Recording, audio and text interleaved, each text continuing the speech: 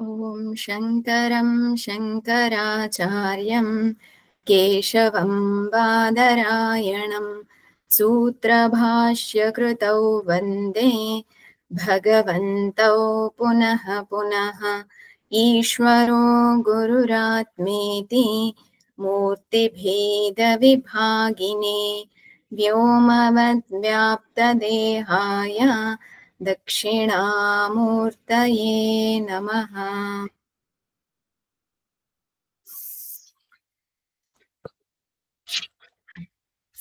ॐ नमो ब्रह्मादिभ्यो ब्रह्मविद्या सम्प्रदायकर्तृभ्यो वंशर्षिभ्यो महद्भ्यो नमो गुरुभ्यः।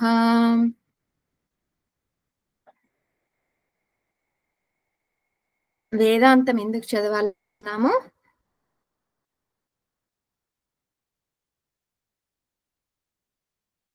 దుఃఖ నివృత్తి కోసం. వేదాంతాన్ని చదవడం వలన దుఃఖ నివృత్తి ఎలా కలుగుతుంది?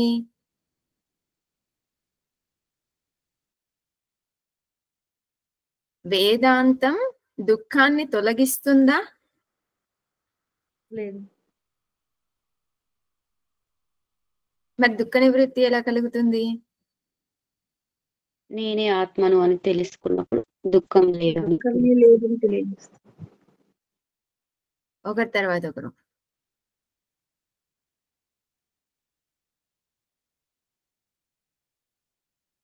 నేనే ఆత్మను అని తెలుసుకున్నప్పుడు దుఃఖం లేదు అని తెలుస్తుంది. దుఃఖం మిథ్య అని తెలుస్తుంది. దుఃఖం మిథ్య అని తెలుసుకోవడమే దుఃఖ నివృత్తి, అంతేకాని దుఃఖం అనేటటువంటి తొలగిపోదు.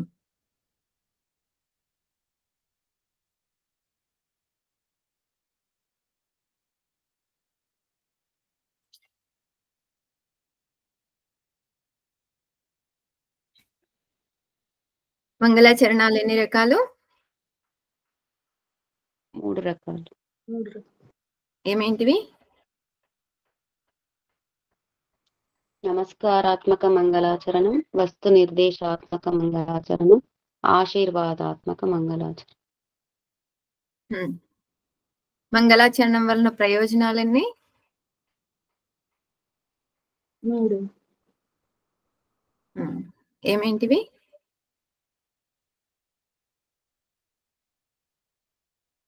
ఎటువంటి ఆటంకాలు లేకుండా గణనం పూర్తి అవటము, గణనం పూర్తయితే సరైన సాధకుడికి చేరాలని, సాధకుడు సరైన ప్రయోజనం పొందాలి. ఈ 3 ప్రయోజనాలు కూడాను చూసాం. మొదట నమస్కారం చేస్తూ ఉన్నారు. టీకాకార మంగళాచరణాలు ఇవన్నీ కూడాను, అంటే టీకాకారులు మంగళాచరణం చేస్తూ ఉన్నారు.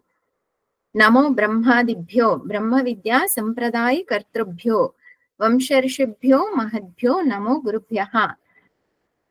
ఈ మంత్రం ఎక్కడి నుంచి వచ్చింది? ఈ లైన్ ఎక్కడి నుంచి వచ్చింది?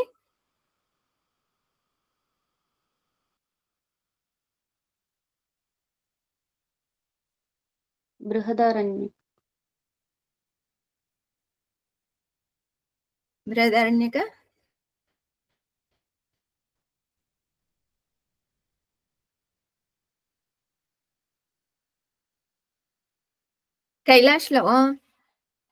కైలాష్ బుక్ లో కూడా శాంతి మంత్రాలు అని ఉంటుంది. దశ శాంతి మంత్రాలు. దశ శాంతి మంత్రాల్లో భాగంగా ఇది కూడా ఉంటుంది. అందులో అందరూ ఏమనుకుంటారు అని అంటే ఇది శాంతి మంత్రం అని అనుకుంటారు. అందుకే స్పెసిఫిక్ గా స్వామిజీ ఏం చెప్పారు అని అంటే ఇది శాంతి మంత్రం కాదు, బృహదారణ్యక ఉపనిషత్ భాష్య ప్రథమ పంక్తి అంటే ఫస్ట్ లైన్. బృహదారణ్యక ఉపనిషత్ భాష్యాలో ఫస్ట్ లైన్ ఇది. నమః అని వచ్చినప్పుడు కారకం అనేటటువంటిది ఎవరైతే పొందుతున్నారో వారు ఏ విభక్తిలో ఉండాలి? చతుర్థి. సూత్రం ఏంటి? నమః స్వస్తి స్వాహ అలం వషట్ యోగాచ్చ. నమః స్వస్తి స్వాహ స్వధా అలం వషడ్ యోగాచ్చ. నమః బ్రహ్మాదిభ్యః. ఎవరెవరికి నమస్కారం చేస్తున్నాము అని అంటే బ్రహ్మదేవుడి దగ్గర నుంచి మొదలుకొని అందరికీ కూడా నమస్కారం చేస్తూ ఉన్నాము. అందరు ఎవరు మరి అని అంటే బ్రహ్మ విద్యా సంప్రదాయ కర్తృభ్యః.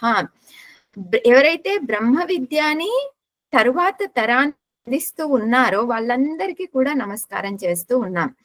అంతేకాకుండా ఎవరైతే ఈ బ్రహ్మ విద్యని స్వీకరిస్తూ ఉన్నారో ఆ సంప్రదాయానికి కూడా నమస్కారం చేస్తూ ఉన్నాను.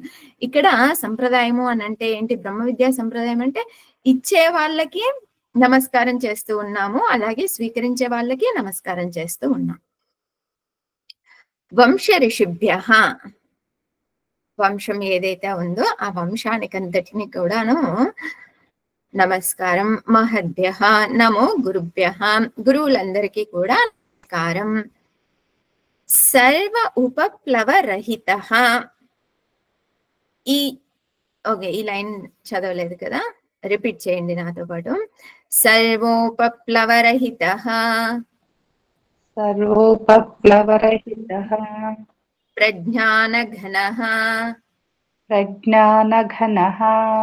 ప్రత్యగర్థో బ్రహ్మైవాహమస్మి. ప్రత్యగర్థో బ్రహ్మావైవమస్మి. బ్రహ్మైవాహమస్మి. బ్రహ్మైవాహమస్మి. బ్రహ్మైవాహమస్మి. బ్రహ్మైవాహమస్మి. సర్వోపప్లవరహితః. సర్వోపప్లవరహితః. ప్రజ్ఞానఘనః. ప్రజ్ఞానఘనః. ప్రత్యగర్థో ప్రత్యగర్థో బ్రహ్మైవాహమస్మి. బ్రహ్మైవాహమస్మి. బ్రహ్మైవాహమస్మి. బ్రహ్మైవాహమస్మి. సర్వోపప్లవరహితః. ప్రజ్ఞానఘనః. ప్రత్యగర్థో బ్రహ్మైవాహమస్మి. బ్రహ్మైవాహమస్మి. సర్వ ఉపప్లవరహితః. ఉపప్లవ. ఉపప్లవ అనగా ఉపసర్గపూర్వక్ ప్లుంగ్ ధాతు. ప్లుంగ్ ధాతు గత్యర్థక ధాతు. కానీ ఉపసర్గని యాడ్ చేసినప్పుడు ఏమవుతుంది మీనింగ్ అంటే ఉత్పాతం. ఉత్పాతం అనంటే సమస్య. మన లోకల్ లాంగ్వేజ్ లో ఏంటి? సమస్య. సర్వ ఉపప్లవాలు అంటే అనేక రకాలైనటువంటి సమస్యలు, సర్వ సమస్యలు. మన బుద్ధికి, మన మనస్సుకి, బుద్ధి కాదు మనస్సుకి ఎటువంటి సమస్యలు ఉంటాయి? ప్రజెంట్ హైదరాబాద్ లో వర్షాల సమస్య ఎక్కువగా ఉంది. ఏ స్థాయిలో అధిక సమస్య అనేటువంటిది ఉందో మన మనస్సులో ఆ రకమైనటువంటి ఉత్పాతాలు అనేటటువంటివి ఉంటాయి. అంటే అలలు, ఉత్పాతాలు అంటే అలలు అనేటటువంటివి ఉంటాయి. మరి ఈ ఆత్మతత్వం ఎటువంటిది అని అంటే సర్వ ఉపప్లవరహితః. సర్వ ఉపప్లవాలు. ఉపప్లవాలు అని అంటే ఏంటి అని అంటే డిస్టర్బెన్సెస్. ఈ డిస్టర్బెన్సెస్ కి కారణం ఏంటి అంటే కామం, కోరిక అనేటటువంటిది కారణం. కోరిక అనేటటువంటిది ఏం చేస్తుంది? నేను దేన్నో పొందాలి అనేటటువంటి దాన్ని ప్రోత్సహిస్తూ ఉంటుంది. నేను దేన్నో పొందాలి అనుకుంటాను, అది పొందకపోతే ఏమవుతుంది?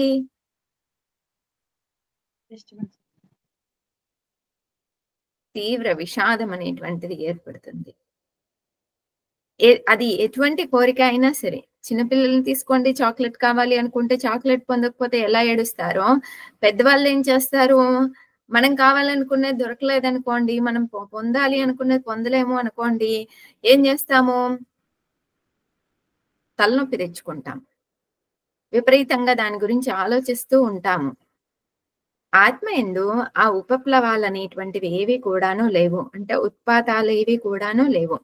కామన రహితం. ఎందుకు అంటే కోరిక అనేటువంటిది ఉంటేనే ఇవన్నీ కూడా ఉంటాయి. కోరిక అనేటటువంటిది లేకపోతే ఇవేవి కూడా లేవు. ఇవేవి లేనప్పుడు, కోరిక అనేటటువంటిది లేనప్పుడు చైతన్యం మాత్రం ప్రజ్ఞాన ఘన. ప్రజ్ఞాన ఘన అనగా చైతన్యం మాత్రమే ఉంది, ఇంకేది కూడా లేదు. ప్రత్యగర్థ బ్రహ్మ ఏవ అహం అస్మి. ఆ ప్రత్యేగాత్మ ఎవరు అనంటే నేనే. ఆ ప్రత్యేగాత్మనే బ్రహ్మ, ఆ బ్రహ్మని నేనై ఉన్నాను. బ్రహ్మ ఏవ అహం అస్మి.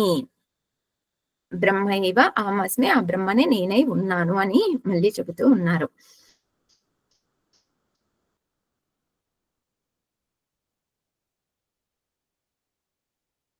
ఇక్కడ సర్వోపప్లవరహిత, దీన్ని మనం కొద్దిగా విచారణ చేసినట్లయితే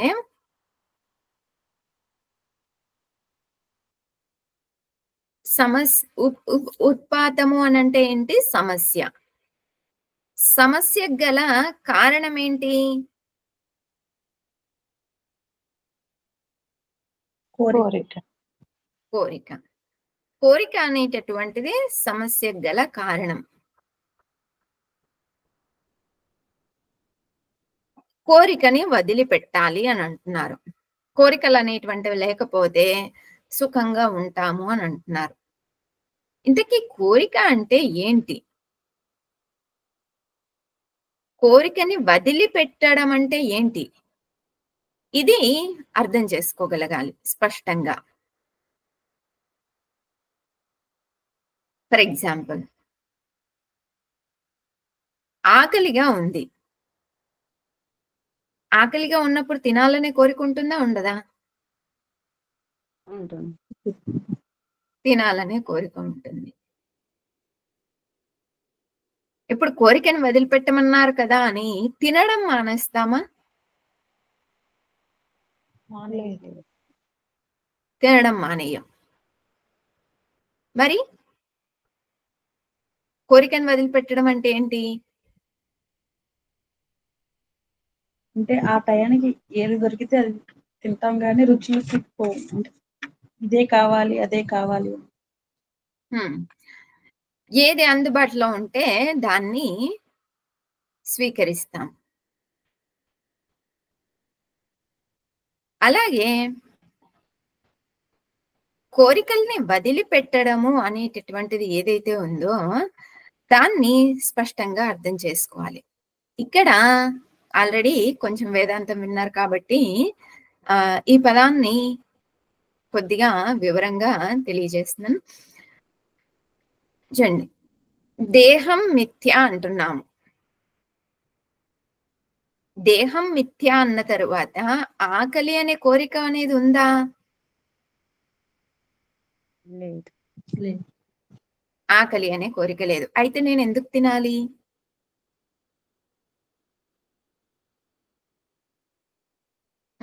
దేహం కోసం.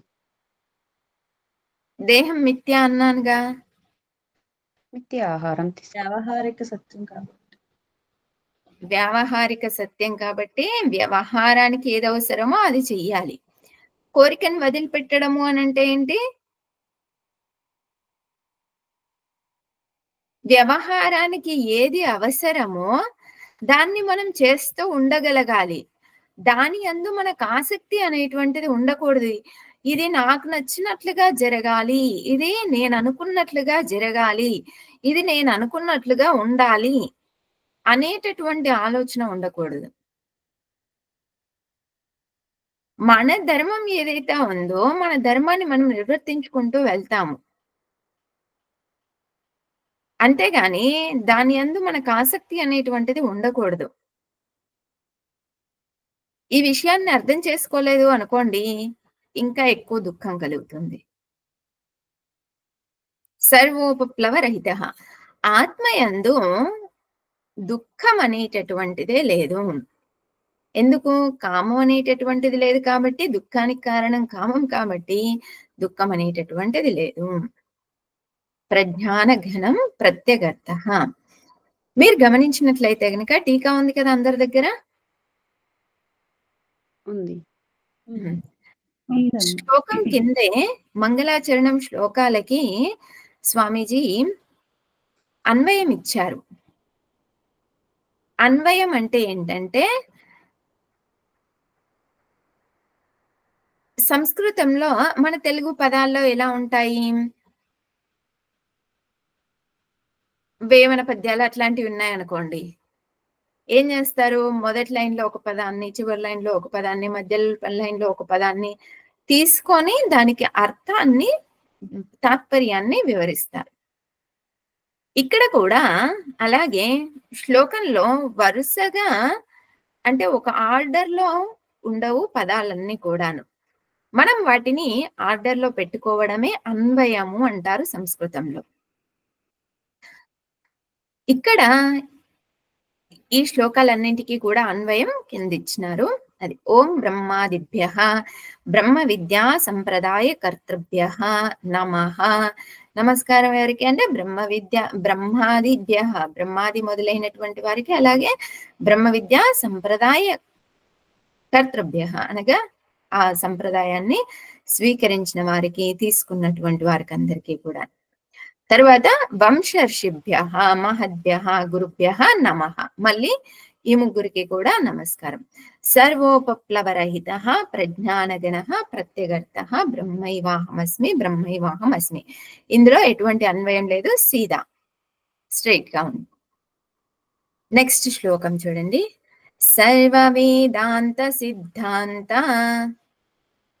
సర్వవేదాంత సిద్ధాంత సార సంగ్రహ రూపిణం సార సంగ్రహ రూపిణం నౌమీడ్యం దక్షిణామూర్తిం నౌమీడ్యం దక్షిణామూర్తిం స్వాత్మనిష్ఠైక సిద్ధయే స్వాత్మనిష్టైక సిద్ధయే సర్వ వేదాంత సిద్ధాంత సర్వవేదాంత సిద్ధాంత సార సంగ్రహ రూపిణం సార సంగ్రహ రూపిణం నౌమీడ్యం దక్షిణామూర్తిం నౌమీడ్యం దక్షిణామూర్తిం స్వాత్మనిష్ఠైక సిద్ధయే స్వాత్మనిష్టైక సిద్ధయే సర్వ వేదాంత సిద్ధాంత సార సంగ్రహ రూపిణం నౌమీడ్యం దక్షిణామూర్తిం స్వాత్మనిష్ఠైక సిద్ధయే.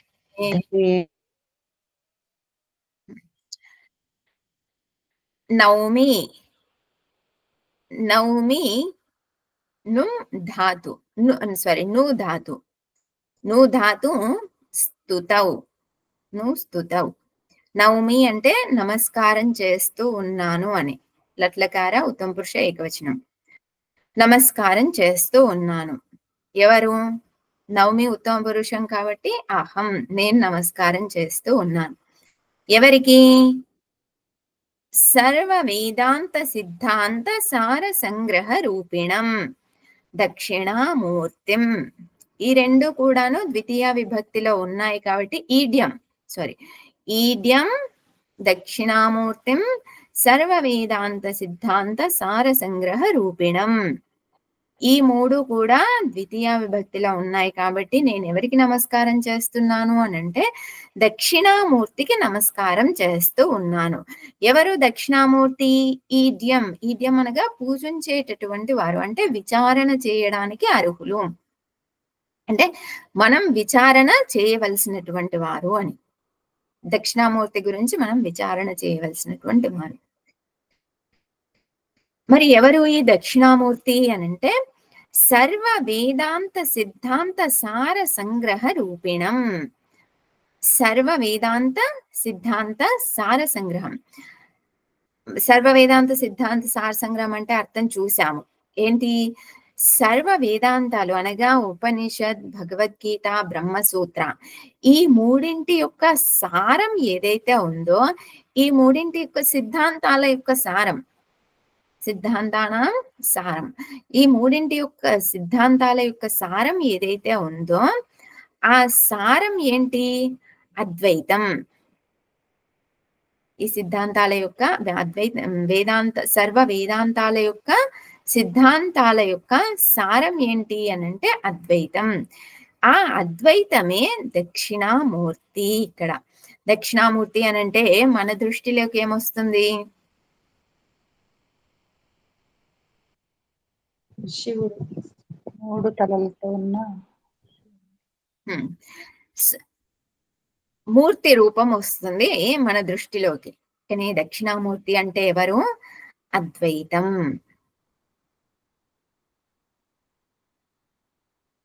ఎందుకు నేను దక్షిణామూర్తికి నమస్కారం చేస్తూ ఉన్నాను అనంటే, స్వాత్మనిష్ట ఏక సిద్ధయే. స్వాత్మనిష్ట ఏక సిద్ధయే అంటే ఆత్మనిష్ట అంటే దృఢ అపరోక్ష జ్ఞానం కలగడం కోసం. నేను ఆత్మని అనేటటువంటి దృఢ జ్ఞానం కలగడం కోసం దక్షిణామూర్తికి నేను నమస్కారం చేస్తూ ఉన్నాను. ఈ శ్లోకం అర్థమైందా?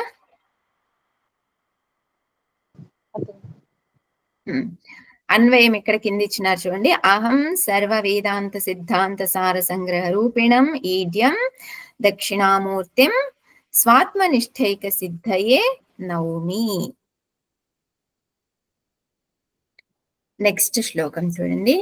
భాష్యకారం సురేశం చ భాష్యకారం సురేశం చ వ్యాసమద్వైత సన్నిభం వ్యాసమద్వైత సన్నిభం వందేహం చిన్మయానందం వందేహం చిన్మయానందం తేజో దివ్యమహర్నిశం తేజో దివ్యమహర్నిశం.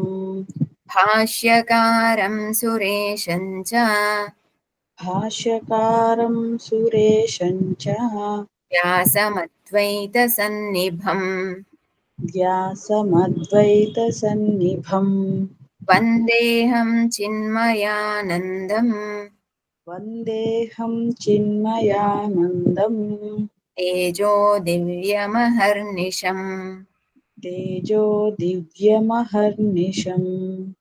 భాష్యకారం సురేశం చ వ్యాసమద్వైత సన్నిభం వందేహం చిన్మయానందం తేజో దివ్యమహర్నిశం.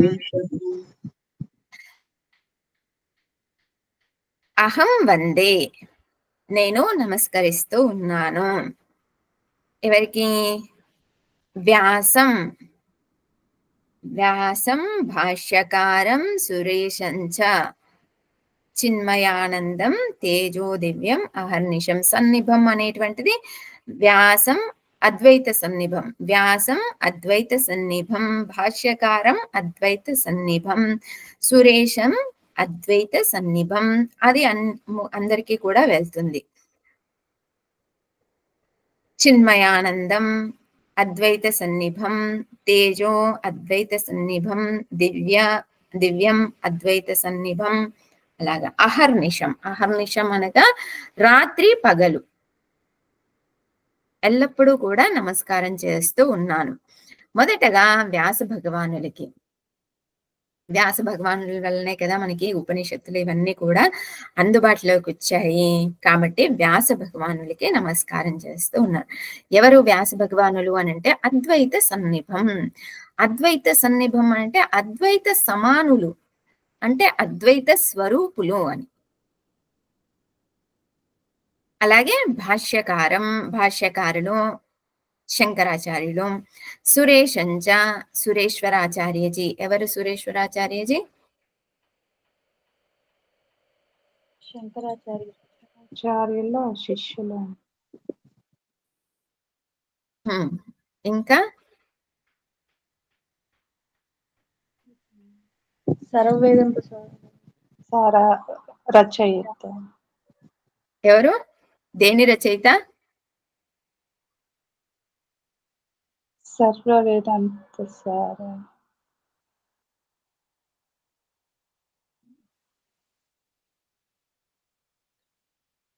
పైన చదవండి ఏముంది అక్కడ. ఫస్ట్ లైన్ ఏంటి పేజ్ లో?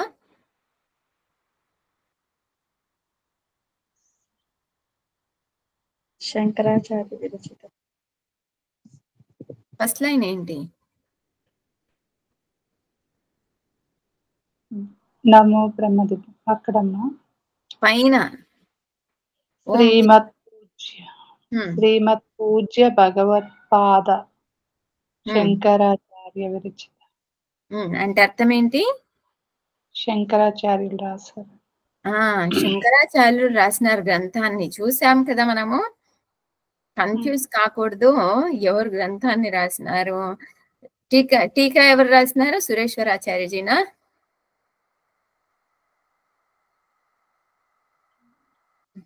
శంకర ప్రసాద్ బోధాత్మానంద స్వామిజీ.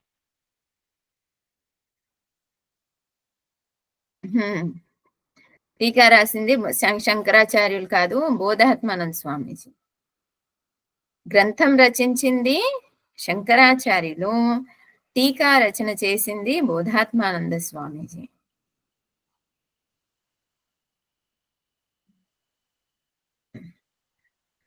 సురేశ్వరాచార్య శృంగేరి ప్రథమ పీఠాధీశ్వరుడు. సురేశ్వరాచార్యజీ అనేక రచనలు చేశారు. శృంగేరి పీఠం మిగతా 3 పీఠాల కంటే కూడాను శాస్త్ర అధ్యయనంలో, శాస్త్ర రచనలో ప్రముఖమైనటువంటిది. సురేశ్వరాచార్యజీ తర్వాత సర్వజ్ఞాత్మ ముని కానీ, విద్యారణ్య స్వామీజీ కానీ, వీళ్ళందరూ కూడాను చాలా చాలా గ్రంథాలను రచించారు శృంగేరి పీఠం నుంచి. అంటే వీళ్ళందరూ కూడా సురేశ్వరాచార్యజీని ఇన్స్పైర్ అయ్యి వీళ్ళందరూ కూడా అలా రచించడం జరిగింది. కాబట్టి సురేశ్వరాచార్యజీ పేరు కూడా ఇచ్చినారు. చిన్మయానందం గురుదేవులు. తేజో దివ్యం, తేజో అనగా తేజోమయానంద స్వామీజీ, దివ్యం అనగా ప్రెసెంట్ కైలాసాశ్రమ పీఠాధీశ్వర్ దివ్యానంద స్వామీజీ. కాబట్టి దివ్యానంద స్వామీజీ పేరు. అహర్నిశం అనగా రాత్రి పగలు ఎప్పుడు కూడా నేను నమస్కారం చేస్తూ ఉన్నాను అని. ఇక్కడ 3 రకాలైనటువంటి గురువులకి నమస్కారం చేస్తూ ఉన్నారు. ఎవరెవరంటే సన్యాస గురువు, విద్యా గురువు, పరమ గురువు. ఈ 3కి కూడాను నమస్కారం చేస్తూ ఉన్నారు. సన్యాస గురువు తేజోమయానంద స్వామీజీ. మిగతా వాళ్ళందరూ కూడా ఏంటి అని అంటే వాళ్ళ ద్వారా ఈ విద్యని డైరెక్ట్ గా కాకపోయినా కూడాను వాళ్ళ ద్వారా ఇన్స్పైర్ అయ్యారు కాబట్టి వాళ్ళందరినీ కూడాను ఇక్కడ తెలియజేసినారు.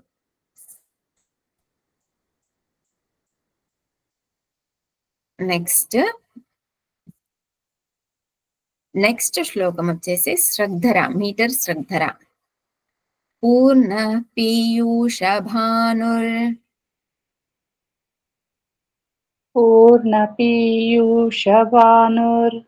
భవమరుతపనో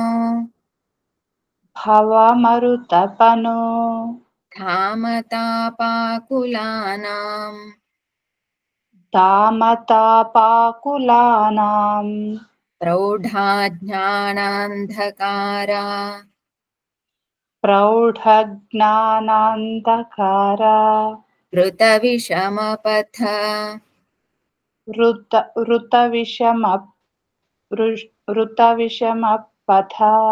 భ్రామ్యతామంశుమాలి కల్పః శాఖీయతీనాం విగతధనసుతా ఈషణానాం సదానః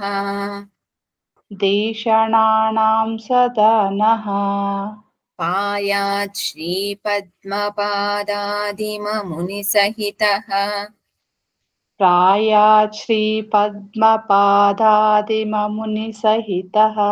శ్రీమదాచార్యవర్యః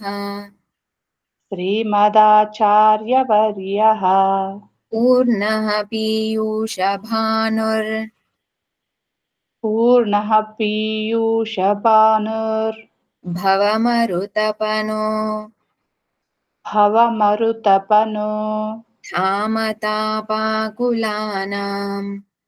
ధామతాపాకులానాం प्रौढा ज्ञानान्धकारा प्रौढा ज्ञानान्धकारा वृतविषमपथ ऋतविषमप्रथ भ्राम्यतामंशुमाली भ्राम्यतामंशुमाली अल्पः शाखीयतीनां कल्पः शाखीयतीनां विगतधनसुता विगतधनसुता दीषणानां सदानः तीषणानां सदानः आयात् श्रीपद्मपादादिममुनिसहितः पायात् श्रीपद्मपादादिममुनिसहितः श्रीमदाचार्यवर्यः श्रीमदाचार्यवर्यः पूर्णः पीयूषभानुर्भवमरुतपनो धामतापाकुलानां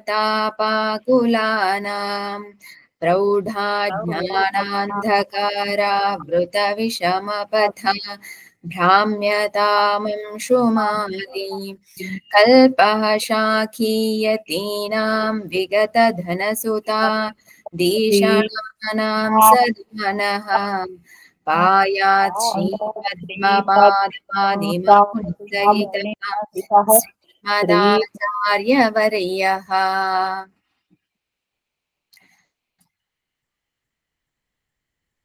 శ్లోక చాలా బాగుంటుంది. ఈ శ్లోకం తర్వాతి శ్లోకం రెండు కూడా చాలా బాగుంటాయి. ఇవి రెండు కూడాను పూర్ణ పీయూష భానుర్ ఈ శ్లోకం వచ్చేసి సోర్స్ ఏంటో ఎగ్జాక్ట్ గా తెలియదు కానీ శివ మహిమ్న పాఠంలో ఉంటుంది. దృష్టాంతో నైవ దృష్టి తర్వాత శ్లోకం వచ్చేసి చతుశ్లోకి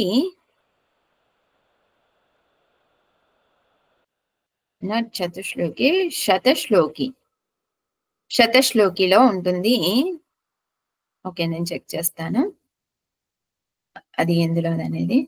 విగత ధనసుతాది అన్వయం కింద ఇచ్చినారు కదా.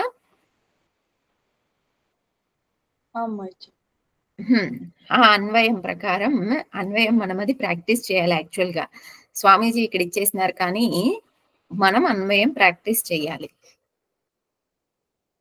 విగత ధనసుతాది ఈషణానాం యతీనాం కల్పః శాఖీ. కల్పః శాఖీ అనగా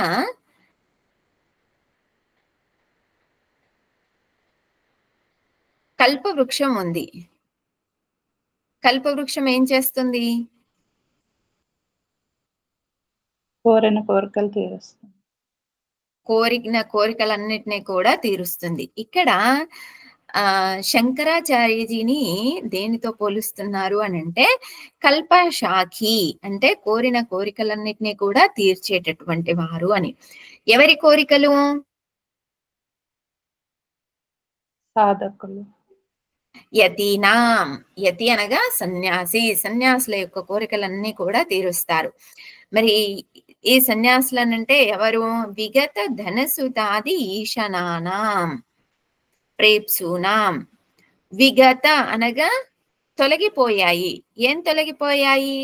ధన సుత ఆది ఈషణ. ఈషణ అంటే కోరిక. ధన ఇచ్చ, పుత్ర ఇచ్చ, లోక ఇచ్చ. ధనం పొందాలనేటువంటి కోరిక కానీ, పుత్రుల్ని పొందాలనేటువంటి కోరిక కానీ, విత్తాన్ని పొందాలనేటటువంటి కోరిక కానీ విగత అనగా పూర్తిగా తొలగిపోయాయి. పూర్తిగా తొలగిపోయినటువంటి వారి యొక్క కోరిక. ఇప్పుడు ఈ మూడు లేవు అని అంటే వారి యొక్క కోరిక ఏంటి? మోక్షం. మోక్షం పొందాలనుకునేటటువంటి వారి యొక్క కోరికను తీర్చేటటువంటి వారు భాష్యకారులు. కల్పః శాఖీ అని అన్నారు. భవమరు తపన ఉద్ధామ తాప ఆకులానాం పూర్ణః పీయూష భానుః. భవ మరు తపన భవ ఏవ మరుహు భవమరుహు. భవమరు అనగా మరు అనగా ఈ ఎడారి ఉంటుందిగా,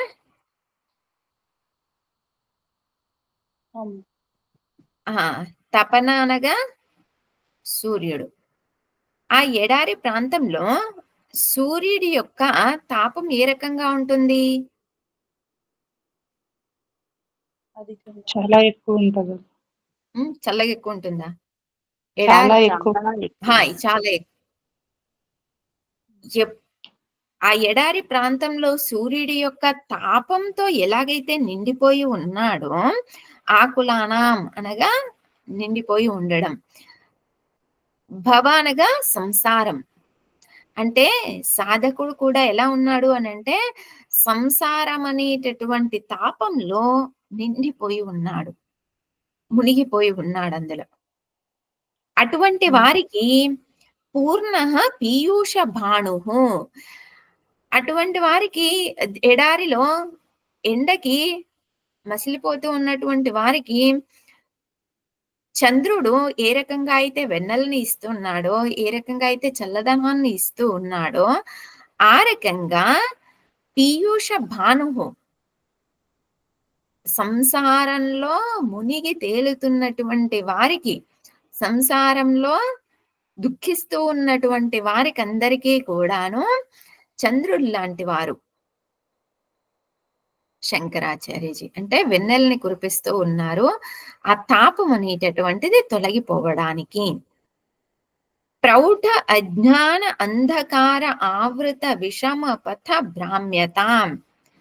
ప్రౌఢ అజ్ఞానం ఎలా ఉంది అని అంటే ఏదో ఒక వస్తువు అజ్ఞానం, రెండు వస్తువుల అజ్ఞానం కాదు. ప్రౌఢ అజ్ఞానం అంటే మూల అజ్ఞానం, ఆత్మయందు అజ్ఞానం అనేటటువంటిది ఉంది. అజ్ఞానం ఏవ అంధకారం. అజ్ఞానమే ఏంటి? అంధకారం. తైహి ఆవృత విషమ పథ భ్రామ్యతాం. దాని వలన అజ్ఞానం ద్వారా ఆత్మతత్వం అనేటటువంటిది కప్పివేయబడింది. కప్పివేయబడి ఏమవుతుంది? విషమ పథం. విషమ పథ అనగా మార్గము. విషమ పథము అనగా ఏ మార్గంలో మనం పయనిస్తూ ఉన్నాము? విషమమైనటువంటి మార్గంలో మనం పయనిస్తూ ఉన్నాము. భ్రామ్యతాం తస్మిన్ తేషాం భ్రామ్యతాం తస్మిన్ విషమపథ భ్రామ్యతాం తేషాం భ్రామ్యతాం.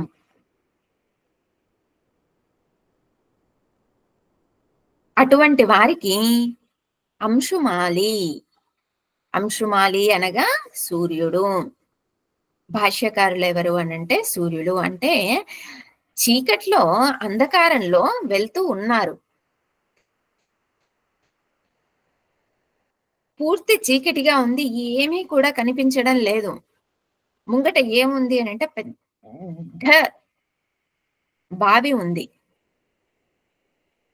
ఇంకొక అడుగు ముందుకేశాడు అని అంటే ఇంకా ఆశ అనేటటువంటిదే లేదు. అటువంటి పరిస్థితిలో ఉన్నాడు. ఇప్పుడు సడన్ గా సూర్యుడు, అప్పటి వరకు కూడా మేఘాలు కమ్ముకున్నాయి, పూర్తిగా మేఘాలు పక్కకి వెళ్ళిపోయినాయి. ఇప్పుడు సూర్యుడు ప్రకాశించాడు.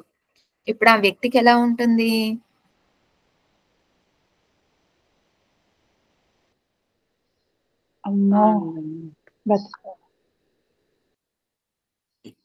ఈ చీకట్లో నేను బావిలో పడిపోయేవాడిని, సూర్యుడి ప్రకాశం వలన నేను రక్షించబడ్డాను అనేటటువంటి ఒక ఆనందం కలుగుతుంది. అలాగే ఇక్కడ కూడా ఈ సంసారంలో మునిగి తేలుతూ ఉన్నటువంటి వారికి అందరికీ కూడాను అజ్ఞానం, నేను ఆత్మని అని తెలుసుకోలేక ఏం చేస్తూ ఉన్నాము? ఈ సమస్య ఆ సమస్య, ఈ సమస్య ఆ సమస్య అని మన తలని మనమే బద్దలు కొట్టుకుంటూ ఉన్నాము. అప్పుడు భగవాన్ భాష్యకారులు ఏం చేస్తున్నారు? అటువంటి వారికి జ్ఞానాన్ని ప్రసాదిస్తూ ఉన్నారు, సూర్యుడి ప్రకాశం లాగా.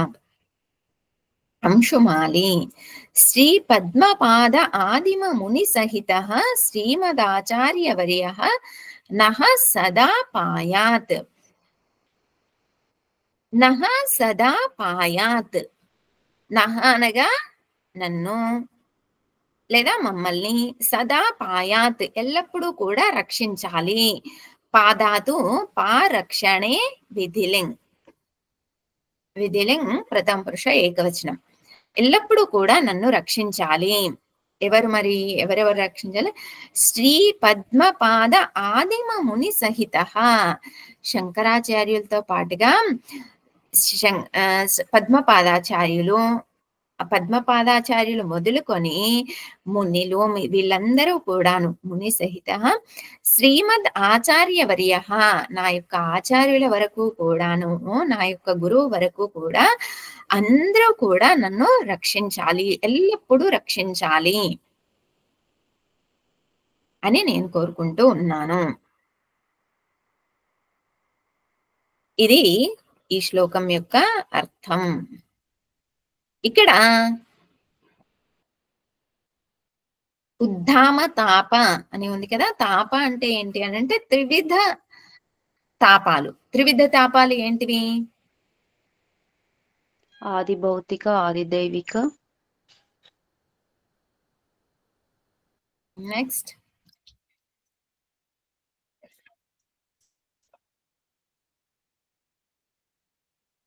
ఇంకొకటి ఏంటి?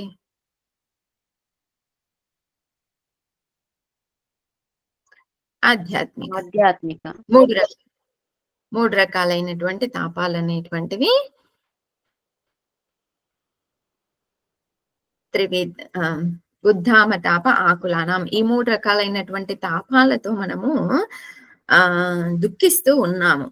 అటువంటి వారికి భగవాన్ భాష్యకారులు ఎటువంటి వారు? సూర్యుడు లాంటి వాళ్ళ, చంద్రుడు లాంటి వారా?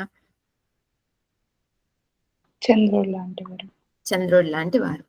ఓం పూర్ణమదః పూర్ణమిదం పూర్ణాత్ పూర్ణముదచ్యతే పూర్ణస్య పూర్ణమాదాయ పూర్ణమేవావశిష్యతే. ఓం శాంతి శాంతి శాంతి. హరి ఓం. శ్రీ గురుభ్యో నమః. హరి ఓం.